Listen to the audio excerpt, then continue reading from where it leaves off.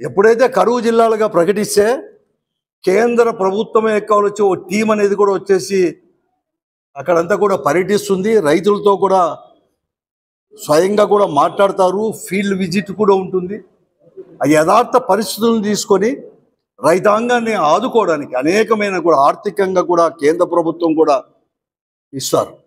అలాగే ఎప్పుడైతే కరువు మండలాలుగా ప్రకటిస్తే వెంటనే కూడా ఇన్సూరెన్స్ కూడా, క్రాప్ ఇన్సూరెన్స్ కూడా, డ్యామేజ్ ఏమున్నా కూడా వెంటనే దాని తరపున కూడా వెంటనే కూడా ఇన్సూరెన్స్ కూడా వచ్చే కూడా అవకాశాలు కూడా ఉంది.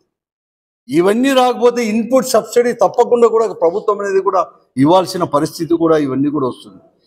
ఎన్ఆర్జిఎస్ కింద అంటే ఉపాధి హామీ పథకం కింద సంవత్సరానికి మాత్రమే కేవలం 110-120 రోజులు ఇచ్చేదని కేంద్ర ప్రభుత్వం అటువంటి మండలాల్లో 140 లాంటి 180 రోజులు పని దినాలుగా పరిగణించి పనికి కూడా కల్పించే అవి కూడా వెంటనే కల్పించే కూడా అవకాశం అనేది కూడా ఉంటుంది.